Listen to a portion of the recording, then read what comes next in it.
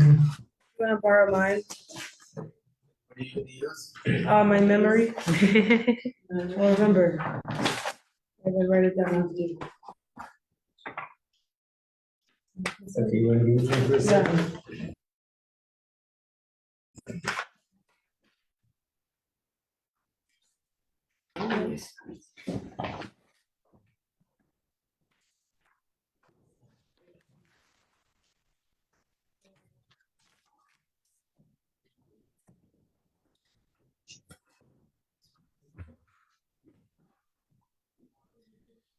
I'm going to do the modern technology. Okay.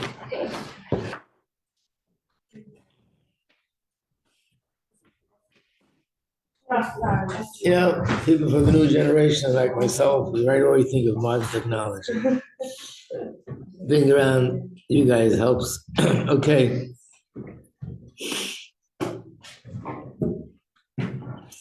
So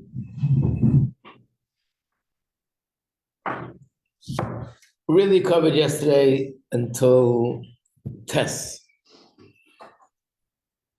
Did I go over tests?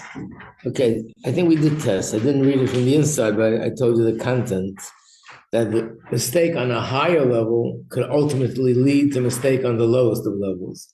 Let's do Yud. Now Yud we did not do inside the mimer, but I'll do it here in the summary. So those of you that want to could do the mimer inside, and you'll understand it better. Good morning, Leah. Here the Rebbe explains more clearly why it is that a mistake on the highest levels could also lead to mistake in the lowest level, because the principle behind it is the same. Let's look inside. To explain the above more clearly, the essence of Avodah Zarah, which is the lowest level, choosing the stars, constellations, the sun, choosing that over the king, which is Hashem. The essence of Avodah Zarah is making the mistake that you're exchanging, you're mistaking the means for the end. In other words, the stars, the constellations, the sun, and all the things in the natural order are only like a hatchet in the hand of the chopper, which means that it's only a tool.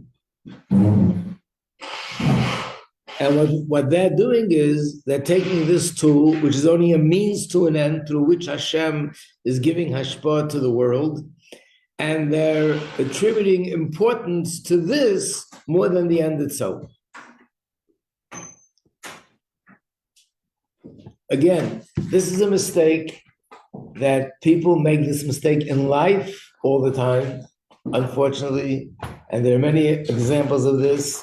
And what it is that there, like I told you the other day, there are things that a person has a certain goal, a certain mission statement. They want to get to a certain place, but in order to get there, there are a lot of details, and that's how you get there. That's the way to get there. But then we get distracted by the details, and we never get to the end, or we do the opposite of what the end is supposed to be. I gave you an example the other day, the joke about the snow, but I'll tell you another little story which brings out the same idea. And that is that there was once a little town that there was a danger, in the sense that there was a certain road where cars would come down that road, children would play there, and it was very dangerous for the children. It was a small place, so all the families got together, they had a meeting, and they decided we must hire a guard, that he's going to be standing there and make sure that the children are safe. Everyone agreed that this should be done, which means every family has to give a certain amount of money a month to pay the guard, taking care of it. So they had to choose somebody that's going to collect the money. Then they had to choose another person that he's going to be in charge and make sure that the money is collected and the guard does his job. Then they had to choose another person who's going to be in charge of the money, like the treasurer. Basically, after all the meetings, they had a president and a vice president, a treasurer, and a manager and an administrator and a whole board of people being in charge, that it should have a guard. After 2 years, it was an emergency meeting. There's a financial crisis. We don't have enough money to keep this going. The only way is we have to fire somebody so we'll have less financial expenses.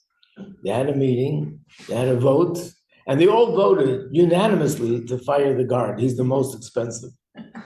Right. But everybody else is not so expensive. Why should? So it makes sense to fire the guard. It makes sense if you forget what the whole purpose was all about. But this is very typical, like I said the other day, what happens in organizations, in hospitals, in schools, that they make certain decisions and they forget what the point is. There's a letter from the Rebbe where there was a big conflict in a community between the parents and the administration of the school. And they asked the Rebbe to get involved and give his opinion, and they'll follow. And the Rebbe answered, I don't get involved in these things. This is something I should go to a Bezdin, to Rabbonim. But I just want to say one thing. If you remember that the whole purpose of the school and the administration and the staff and everybody else is for the students. It's not the other way around. That the students are there for the staff and the administration and everybody else to have a job. This is mamish like the story with the guard. If you remember what the purpose is, it's very easy to make a decision. So what we're going to do, is that going to enhance the students, or is it going to enhance something for people that are working or whatever? And that's the mistake we're talking about. Avodah Zarah is that there's stars, there's constellations, there's sun. The Eibishter gave them power to do things, but they're only a means to an end. The Eibishter is only doing it through them. And what happens to people is they're giving importance to the means and forgetting about the end. The other point is, also means to an end, is the money. The parnasa. Remember we said they're doing it because they're going to make a lot of money, right? So the material benefits are also only a means to an end. The only reason you have material benefits, so it should enhance my service for Hashem. And what's happening, they're compromising on the service for Hashem to have more material benefits. So they're giving more importance to the means than to the end. Anyone else have an example from real life? From all your work, Mrs. Hurwitz?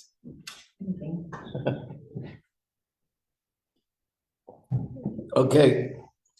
I think in marriage, it also comes up a lot, where people put importance on nonsense. And a result of those nonsense, they end up doing damage to the relationship in the marriage and forgetting that the whole purpose of everything else that's going on is to create a relationship, to create a bond. And sometimes they'll compromise on a technical thing, it'll undermine the relationship. Instead of compromising on the technical thing to enhance the relationship. I went to a workshop with this marriage therapist, and he was very kind of obnoxious guy. And he would talk to the couple, and then he would look at them in the eye and he would say, do you want to be married or do you want to be right? So I think that that's like the essence of it, kind of, yeah, you are right, but it doesn't matter if you're right or wrong. It matters. Yeah. It itself matters. Right. I guess sometimes, even a step further, sometimes there's certain things, let's say in the house, let's say the husband wants things one way and the wife wants things another way, maybe about a piece of furniture, about something else in the house. So if you think of it, and then they get into an argument that as a result of that, it does damage to the marriage, you think of it, why do you want this in your house? Because you want a nice home. You want a more comfortable home. You want a better home. You're doing more damage to the home that you want by doing damage to the relationship than having this furniture, that furniture. So it's even deeper. In other words, what you're looking for, you're forgetting. This is a means to an end, so you're destroying the end for the means.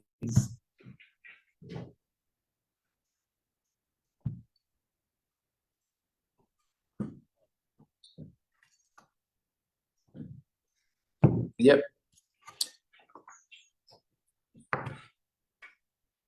So number 3 here, so choosing the light over the spheres, over the essence, is a similar idea, because all the light of Hashem, all the spheres, all the Giluyim, it's all in order to reveal the essence of Hashem. So in a sense, if I choose the light and I compromise on connecting to the essence, I'm doing the same thing. So in other words, if a person is going to compromise, like we said the other day, in our level, person is going to compromise on let's say the davening mincha, compromise on something in the halacha, because they want to make have more people come to their, let's say, Chabad house. I know if I do this, if I don't have a mechitza, or if I don't have a real mechitza, more people will come. It's also an example. Hashem gave us a Torah and gave us a halacha, and the whole point is here to fulfill Hashem's will. But what happens, you get involved in everything else. I'm not going to mention a name because the person is no longer here, even though the whole world knows about him and what he did and everything else. But there was a very famous person who was extremely, extremely successful. And even with doing the things he did, he brought, I would say, maybe thousands of people closer to Yiddishkeit. But he compromised in halacha, especially in the area of tznius. And he did it because he felt he wants to show everybody how much he loves them. So he would hug and embrace men and women and do all these kind of things just so that he'll be able to be mekar of more people.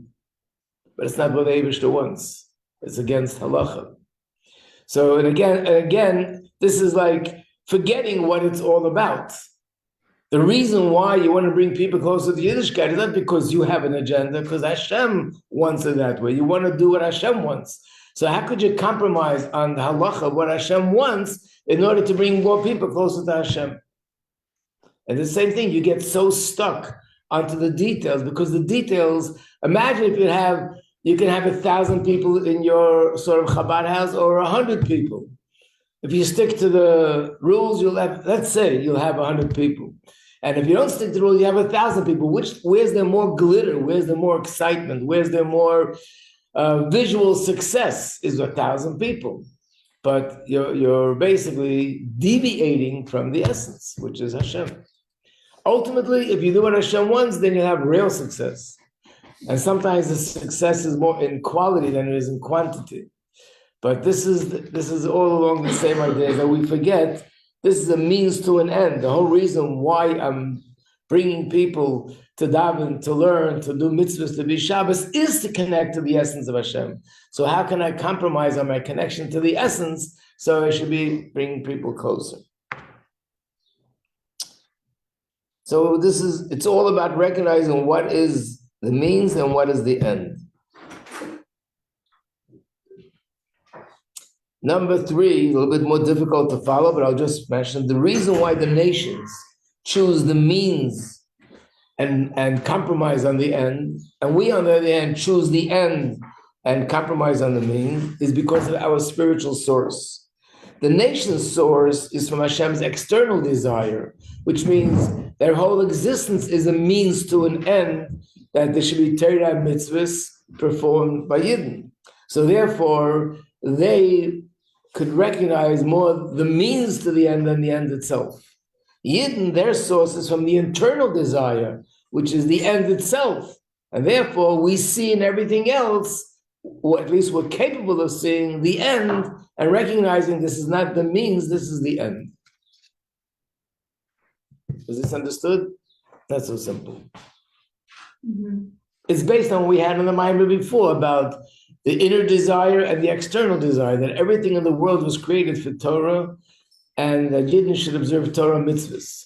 So that means that everything in the world, relatively speaking, of course, there's difference between Daimim, Tzurmeya, Chai, Medaber, and all the people in the world have Shem Mitzvah B'nai Noach, and they have a purpose, but there's levels, and everything in the world relatively is a means to an end, and therefore, ultimately, Yidden are the end itself, the ultimate end.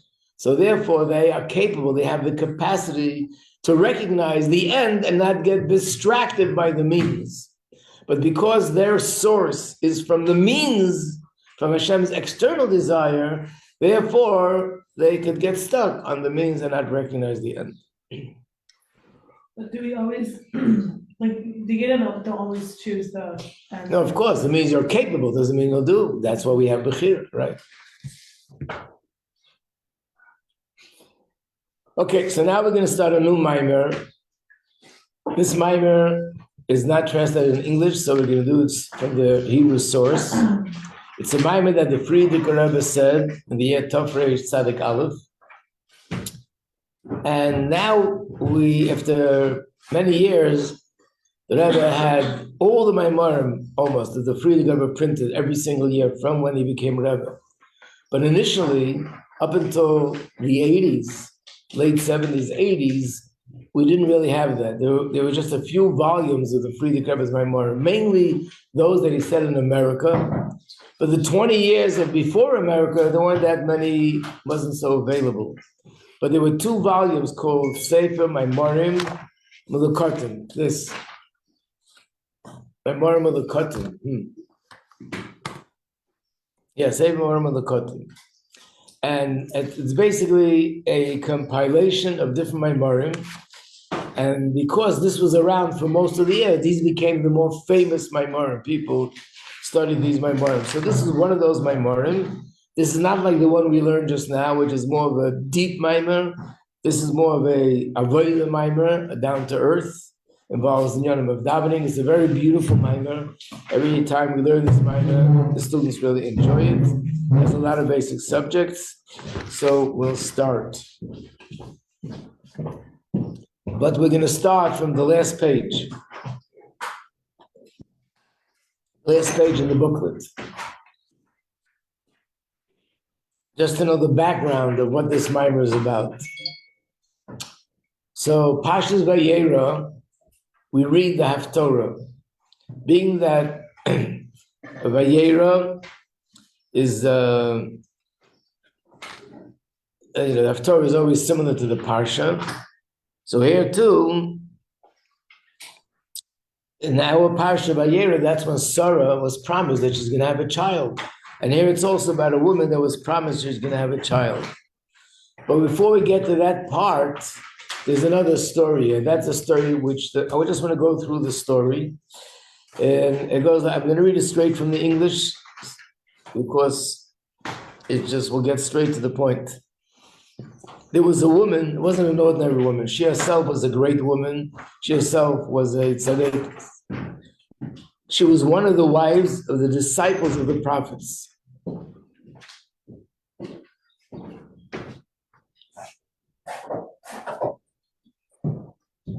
She cried out to Elisha. She said, your servant, my husband, has died. Elisha was the Navi that was the successor of Eliyahu Navi.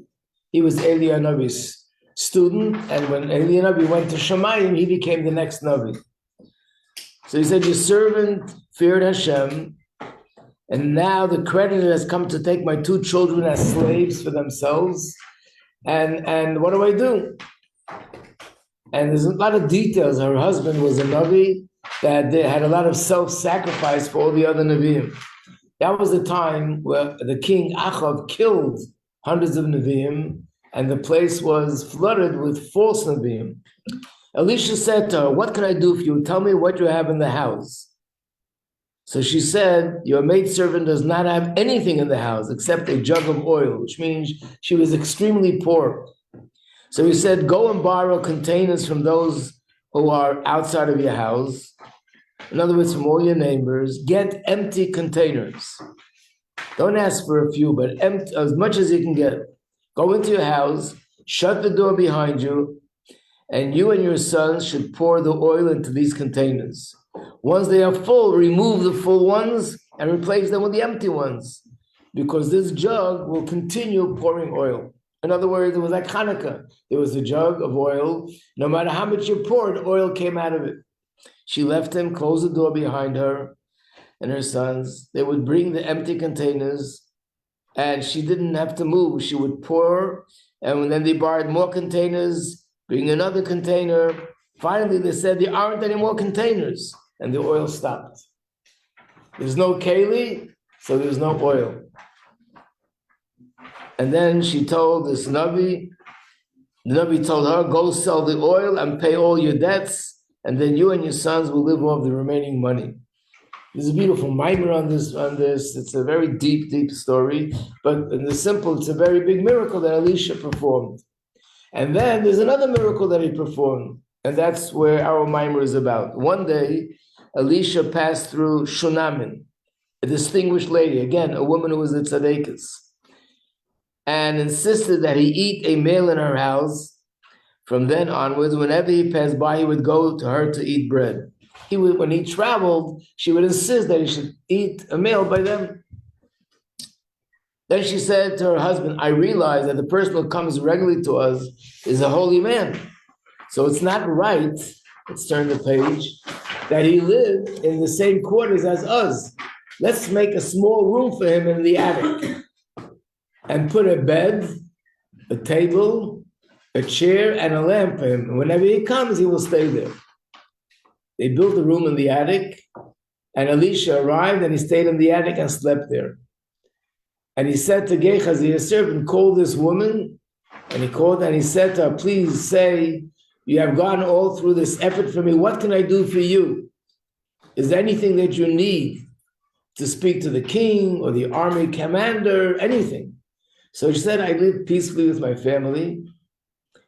Then when she left, in other words, she didn't ask for anything. He said to this Gehazi, his assistant, what could I do for her? He said, there's something we can do. She has no son, and her husband is older. So Elisha called her back, and Elisha said to her, in the next possible occasion for you to give birth, you will be embracing a son. And then she said, please do not delude your maidservant with false hopes. Anyway, the story goes that she had a baby, and when the baby was a few years old, the baby died, and she came running to the Navi and said, I begged you, that there should be a perfect bracha, and the Navi went to her house and he brought the baby back to life. This is the famous story of Tchias HaMesim that happened in the time of Elisha. The Navi was Elisha.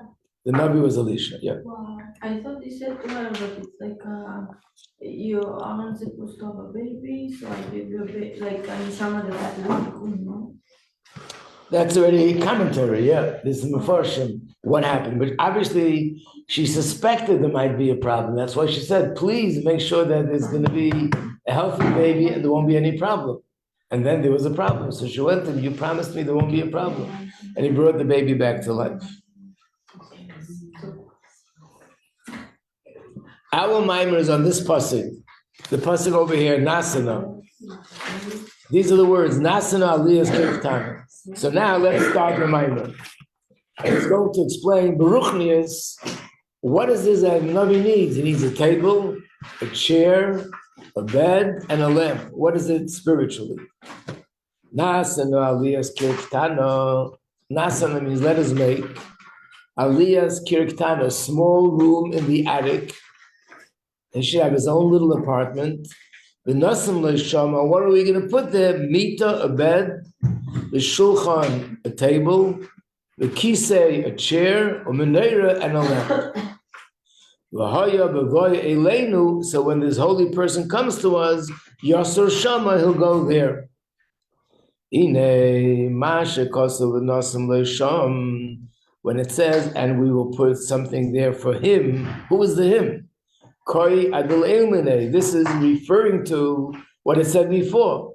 Ki ish Elokim Kadeshu. It says in the pasuk before, there's a very godly, holy person, that he always comes to us.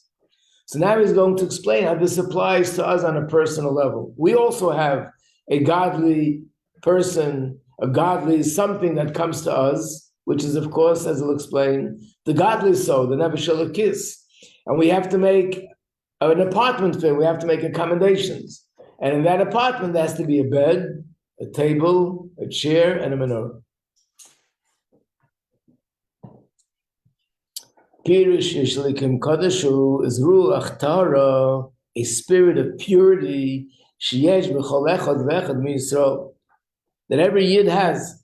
Like we say every morning, Elokai Neshama Shenasata Bi Tahirahi, that neshama is tahira, is pure, and we have to make a place for this pureness and this holiness to dwell.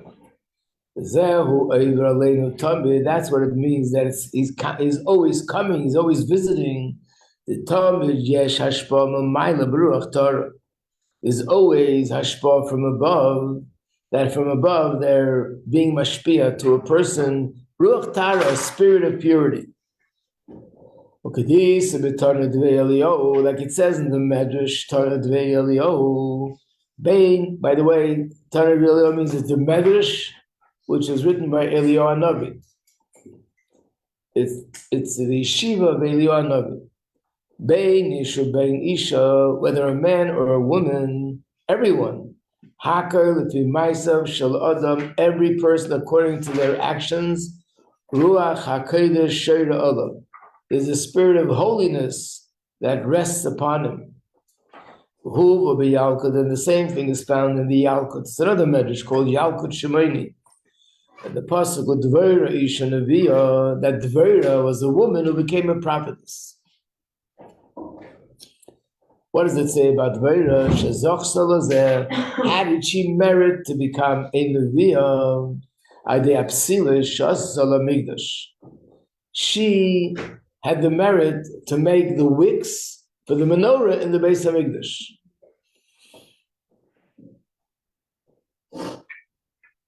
The menorah Hamikdash Isa, and regarding the menorah in the Beis Hamikdash or the Mishkan, it says, does Hashem need light? In an apartment, you need a lamp. But Hashem, he doesn't need a lamp. Why is there a lamp there? And it is it's not about Hashem needs light in his Mishkan, it's just the opposite. Light from the Mishkan and the Beis Hamikdash has to go to the whole world. And which light is this? It's the light of Torah. And she made the wicks for this light.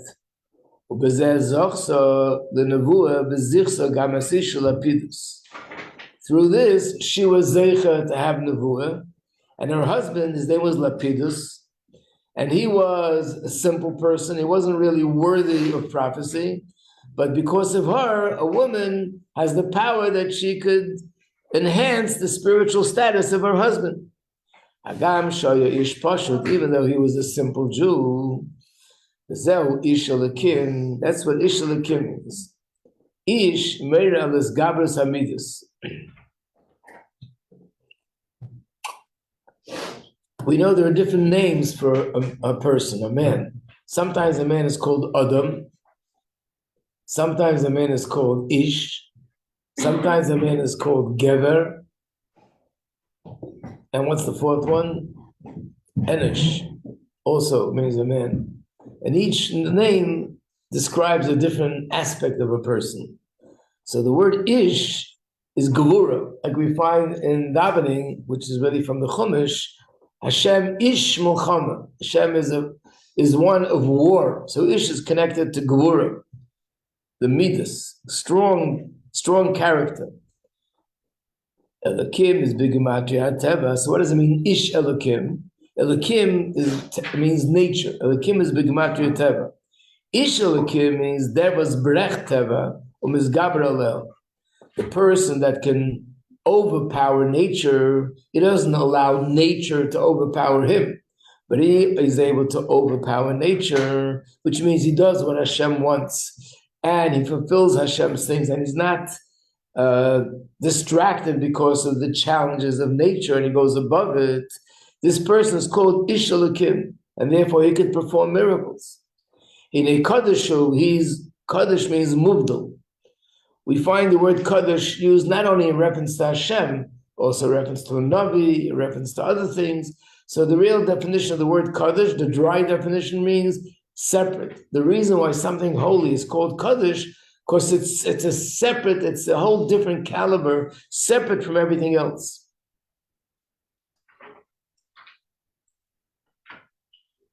So this godliness that's strong and has the power to override nature, it comes to all of us.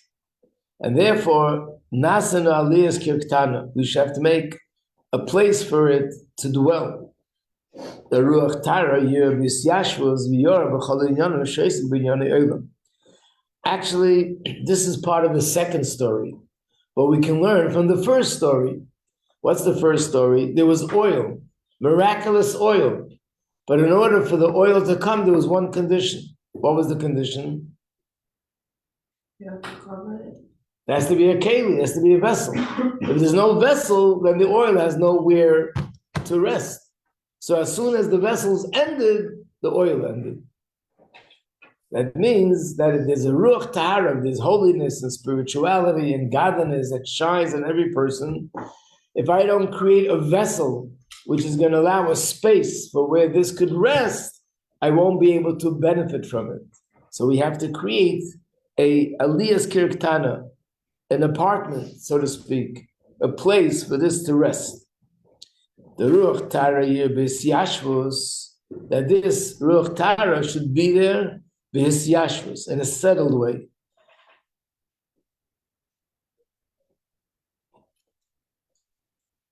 What does settled mean? Just like a person, when he comes to a place and he has where to stay. You're traveling. If you don't have where to stay, you're outside, you're in a tent, you're sleeping outside and under the sky. You're not settled. When you have a place, you have a table, you have a chair, you have your furniture. So now you are settled. The same thing, the Ruach Tara, it could be in a person, but it's not settled. What is the difference between settled and not settled? Not settled means it's there, but it doesn't really connect. And if it doesn't connect, it's not really going to have the desired effect on the way we live. So the truth is, even somebody who's not learning Torah or mitzvahs, or doing mitzvahs, he also has the Ruach Tara. It's just not settled. And sometimes there are people that get excited. Rosh Hashanah, Yom Kippur, Simchas Torah, a miracle happens, they get excited, and after that, there's no continuation. That means they got the Ruach Tara, but it wasn't settled. And it wasn't settled means it didn't connect. If it didn't connect, it didn't have a permanent effect.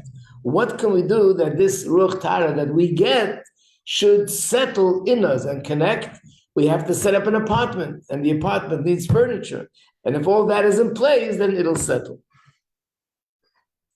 That's why he says, "V'yoyer b'chol inyanov," this light should shine in all his areas, she'osek b'nyani olam, in all the worldly things that he does. So when he goes to work, when he goes to business, when he's dealing with people, in dealing with his children, dealing with his spouse, dealing with neighbors, everywhere you can see the Ruach Tara is there. Now he goes to explain.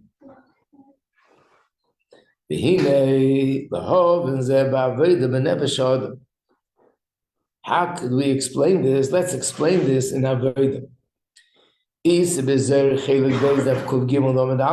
says in the Zohar, volume 2, page 103, the first page, that these four things, Mita, Shulchan, Kisim, and Eira, Himdalet, Tikkun, Shchinta. It's as if to say these are the four pieces of furniture for the Shekhinah. That Hashem also has these four pieces of furniture. Then he goes into at length what it is. Hamura Mikol Amur, what's the synopsis of everything that it says there, is the following. Mita utfilas arvis. Mita is Ma'ariv. Shulchan Kisei Umeneira is Slus of the Shachris. Slusa means davening. This is all from the Zohar. Davening Shachris, that's the table, the chair, and the menorah. What does it mean? Shulchan is Psukkah de Zimra. Shulchan is the first part of the davening. The Psukkah de Zimra, which is the part of the davening in Tol Shema. No. Psukkah de Zimra, U Birchas Krishma. Psukkah de Zimra, and even the brachas of the Shema, which is after Baruch Hu, all that is part of Shulchan, that's the table. Kisei, the chair, is Kriya Shema. That's the chair. Menorah, that's Tfilas Shmoneh Esrei. That's Shmoneh Esrei. What's missing? No, Kriya Shema is Kisei. After? What? After Tachman? Mincha? What is it? Korbanot. Mincha. It's Tzarech Lahavin. We have to understand, but like Siv, it says, the evening, in the morning, and the afternoon, I daven to you. Shemagim, Tfilas, Shachris, Mincha, V'Arvis. These are the three davenings of the 3 times a day. Shachris, Mincha, and Ma'ariv. And not only are there 3, but Yedua, the Gedolah, Ma'alos, Tfilas, HaMincha, Shara, Tfilas, Darbas, of Shachris. Actually, it says that Mincha is even greater than Shachris and Ma'ariv. Mincha is the shortest. Wait, sorry. What is mincha? What element is mincha? Mincha davening in the daytime. Mincha. But it's not the element. It's not one of the 4 things. Ah, right. He's saying that these 4 things are the davening, but he only says what's in Ma'ariv, what's in Shachris, but nothing about Mincha. He's davening, the table, the chair, and the menorah.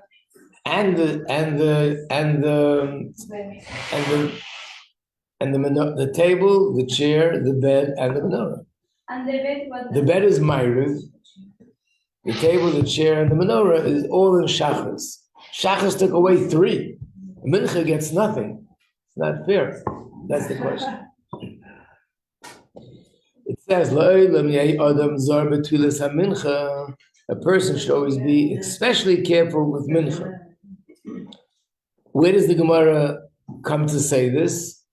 If you remember the story that we told you about Eliyahu Hanavi, that he went up on the mountain to prove that Hashem hu Elokim, that prayer that he said was mincha. So the Gemara says, from here we see that mincha has an advantage over all other prayers. In other words, obviously he could have set it up that he would do it during Shachris. He could set it up that he did it during Ma'ariv. Apparently he set it up that the prayer he would daven is mincha, because mincha is more powerful than Shachris and Ma'ariv.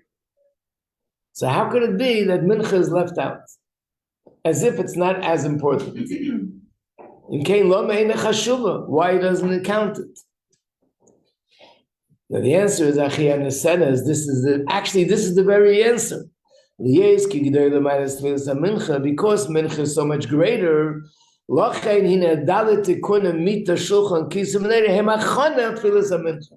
on the contrary, the table, the chair, the bed, and the menorah, that's all a preparation to mincha. Imagine, it's the opposite of what we would think. Davening Ma'ariv, davening Shachris, Psukkah de Zimra, Kriya Shema, and Shemona Esrei, it's all preparing us that we should be able to daven mincha properly. So now we understand, what is mincha, why is it so powerful? And how could we apply this on a personal level? He's going to explain later. There's Ma'ariv of a person, there's Shachris of a person, and there's Mincha of a person. What does it mean, Ma'ariv, Shachris, and Mincha in a person's life? To be continued. Easier? Okay.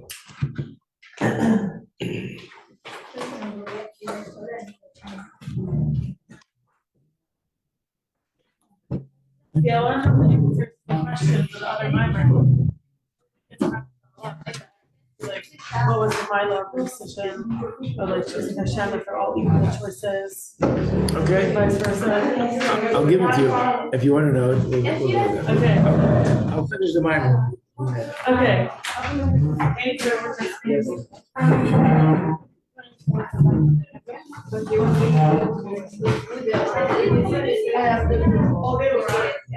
I think these pages, if you want to have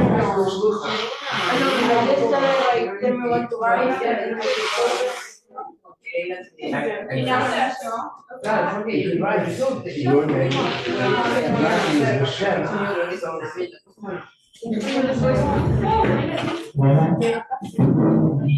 Thank you.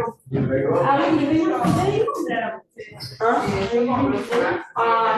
tomorrow when it's our day school.